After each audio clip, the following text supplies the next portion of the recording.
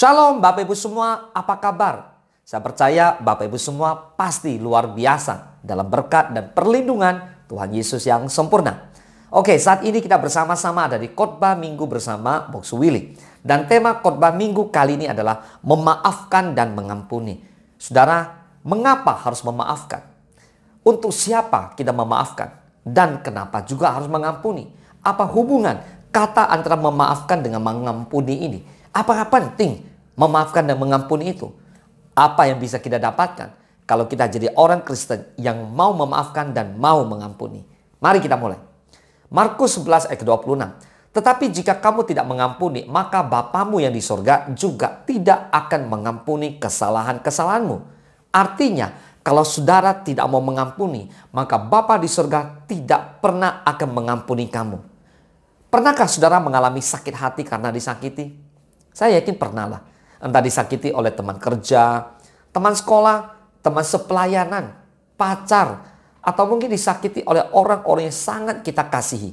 Entah itu suami atau istri. Bagaimana rasanya? Pasti nggak enak kan? Nah, sakitnya tuh di mana? Di sini, di hati. Kalau tubuh jasmani yang sakit, kita masih bisa beli obat ya, bisa memeriksakan ke dokter barangkali. Tetapi bagaimana dengan hati kita yang sakit? Siapa yang bisa menyembuhkan? Dan kita semakin dibuat terkejut oleh perintah Yesus yang satu ini. Matius 5 ayat 44. Tetapi aku berkata kepadamu, kasihilah musuhmu dan berdoalah bagi mereka yang menganiaya kamu. Bahkan kita diperintahkan juga untuk mengampuni orang yang bersalah kepada kita.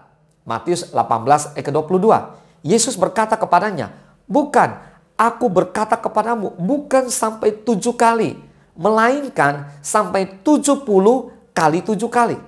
Wah, apa nggak salah? Kita yang telah disakiti dan dilukai, justru kita diperintahkan untuk mengasihi dan mengampuni mereka. Banyak orang beranggapan bahwa mengasihi dan mengampuni kesalahan orang lain adalah sebuah pilihan. Kita bisa memilih untuk mengasihi dan mengampuni atau tidak mengasihi dan tidak mengampuni. Tidak sedikit pula orang yang menganggap sepele arti sebuah pengampunan. Padahal mengampuni adalah perintah Tuhan yang tidak boleh dilanggar. Amin. Nah, sebagai orang percaya, mengampuni kesalahan orang lain seharusnya menjadi hal yang mudah untuk dilakukan. Mengapa? Karena kita sudah menerima pengampunan dari Tuhan kita Yesus Kristus terlebih dahulu. Pertanyaannya, apakah saudara memahami arti mengampuni? Apa arti mengampuni? Mengampuni berarti membebaskan, tidak lagi menuntut balas, menghapuskan, dan tidak mengingat-ingat lagi kesalahan. Seperti tertulis di Matius 18 ayat 24 sampai ke 27. Setelah ia mulai mengadakan perhitungan itu, dihadapkanlah kepadanya seorang yang berutang 10.000 talenta. Tetapi karena orang itu tidak mampu melunaskan utangnya, raja itu memerintahkan supaya ia dijual beserta anak istrinya dan segala miliknya untuk membayar utangnya. Maka sujudlah hamba itu menyembah dia, katanya, sabarlah dahulu, segala utangku akan kulunaskan.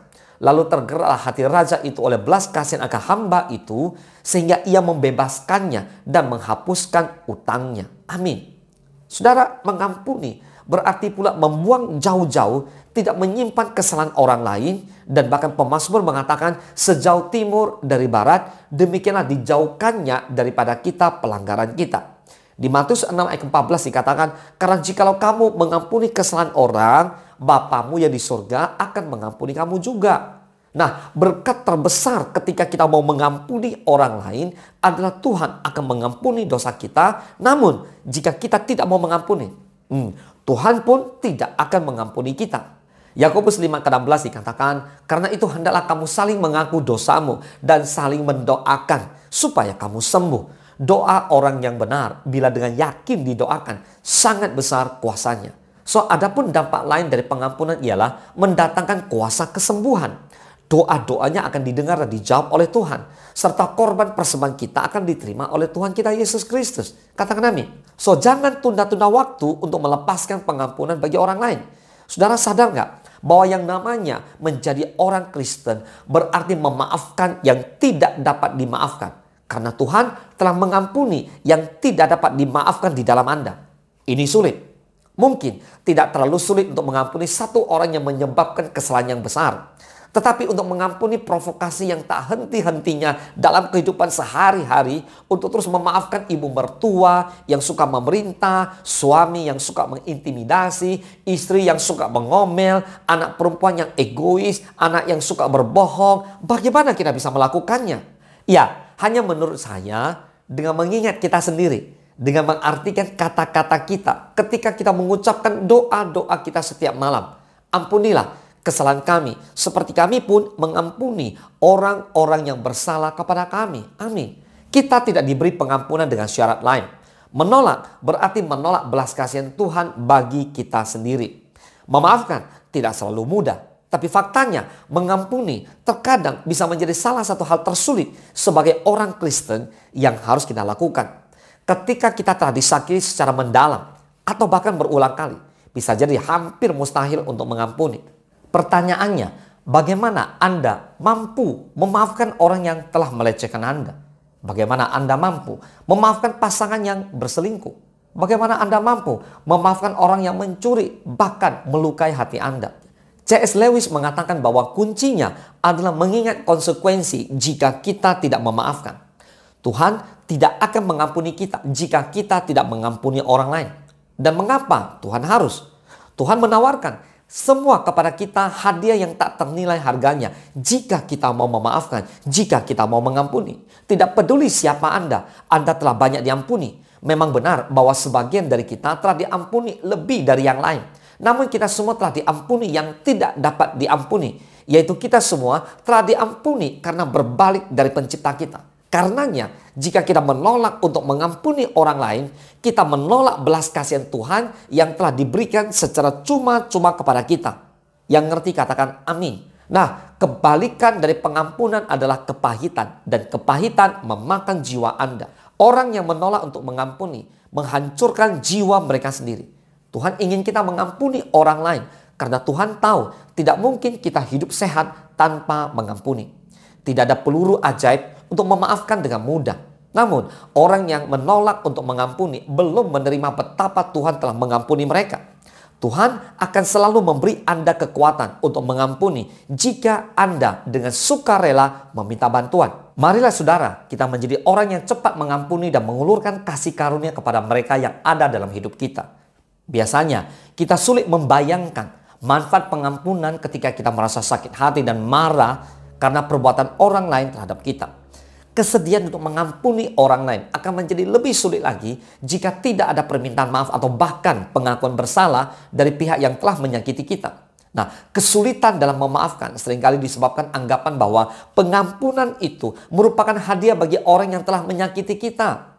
Orang berpikir bagaimana mungkin orang yang sudah bersalah kepada kita lalu seenaknya mau diampuni begitu saja. Padahal sebenarnya mengampuni adalah hadiah untuk diri kita sendiri. Ketika kita memilih untuk mengampuni, kita menuai manfaat yang tidak terbatas dari pengampunan itu sendiri. Maka ketika Petrus bertanya, Tuhan, sampai berapa kali aku harus mengampuni saudaraku jika ia berbuat dosa terhadap aku? Sampai 7 kali? Lalu Yesus memberikan jawaban lain, bukan.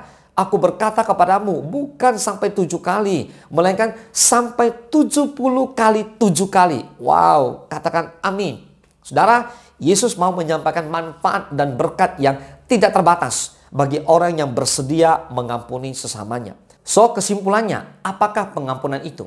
Pengampunan seperti apa yang dimaksudkan oleh Yesus kepada para pengikutnya?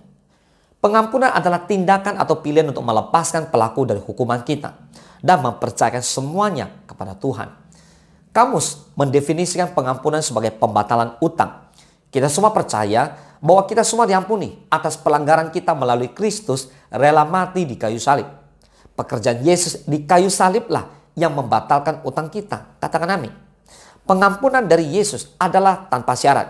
So, kita harus bisa memaafkan kesalahan orang lain terlepas dari apakah sang pelaku meminta maaf atau mau atau tidak mau bertanggung jawab. Dengan kata lain, kemampuan kita untuk memaafkan tidak bergantung pada tindakan orang lain.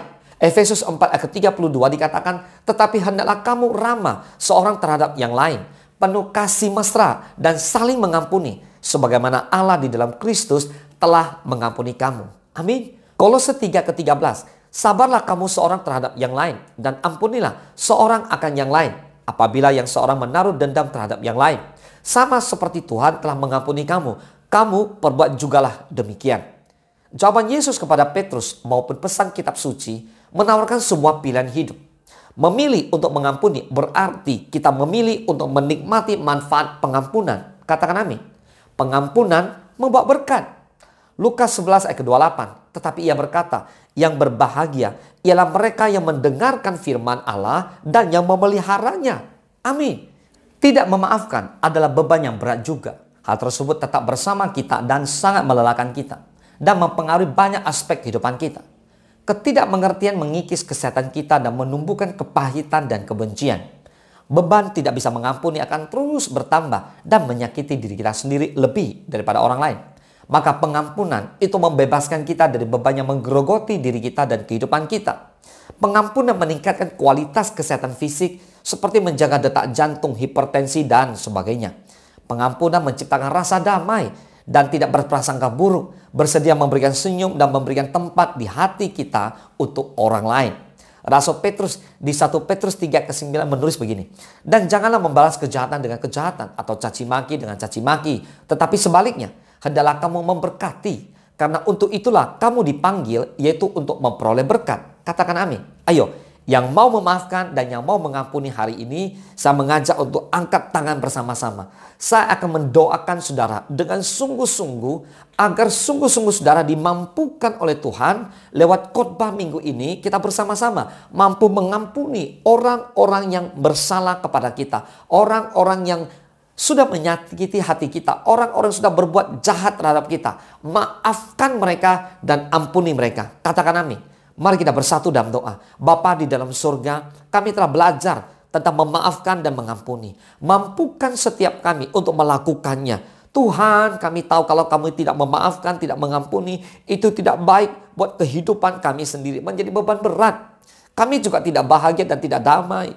Oleh sebab itu kami mau mengampuni. Tuhan berikan kekuatan kepada setiap umat Tuhan yang mengikuti khotbah minggu ini. Mampukan mereka untuk mengampuni setiap orang yang telah menyakiti mereka dan yang telah berbuat salah kepada mereka. Tuhan Yesus, terima kasih buat firman-Mu yang luar biasa. Kasih karunia dan berkat-Mu melimpah atas kami semua. Kami bersedia dan kami mau selalu mengampuni orang yang bersalah kepada kami. Terima kasih Tuhan karena Engkau sudah terlebih dahulu mengampuni setiap kami. Kami mengucap syukur, kami berterima kasih. Hanya di dalam nama Tuhan Yesus kami berdoa. Haleluya. Mari sama-sama kita katakan amin. Selamat hari Minggu. Tuhan Yesus memberkati.